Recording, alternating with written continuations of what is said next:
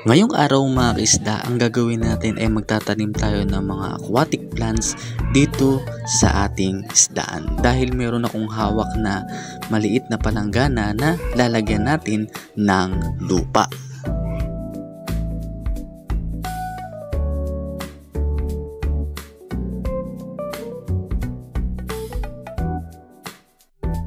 Siyempre mga kaisda, ang itatanim natin na halaman ay yung Java Fern, Dwarf Sagittaria at Moneywort.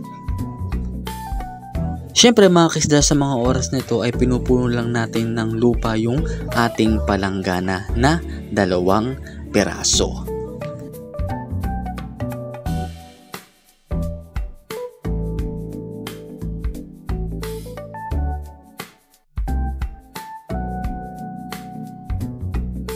Sumunod naman mga kaisda, lalagyan natin ng tubig yung lupa, no? Medyo palalambutin natin yan bago tayo magtanim ng mga aquatic plants.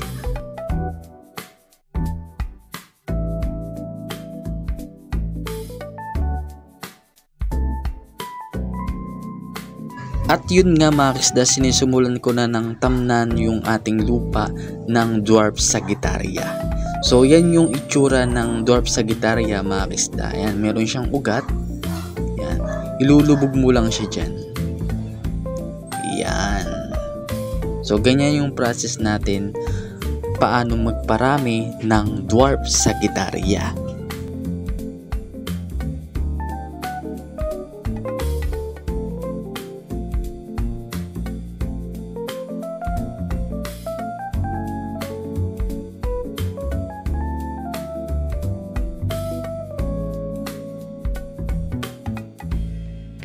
Siyempre mga kaisda, sa mga oras ito ay patapos na tayo magtanim ng Dwarf Sagittaria. So sumunod naman natin, ito hindi naman natin itatanim yung Java Fern. So lalagyan lang natin yan ng tubig at kahit hindi naman nailagay yan sa lupa. So nakalutang lang siya. So sumunod mga kaisda, yung itatanim naman natin, ito yung Moneywort. Yan.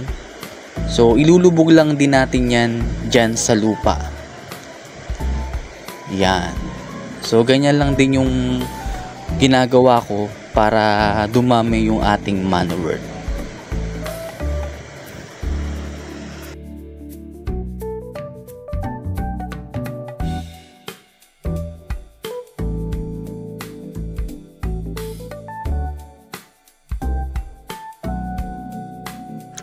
Ayun na nga mga kaisda, na itanam na natin yung mga aquatic plants natin. Yan. So ilalagay natin yan dun sa labas para maarawan at mas mabilis silang dumami.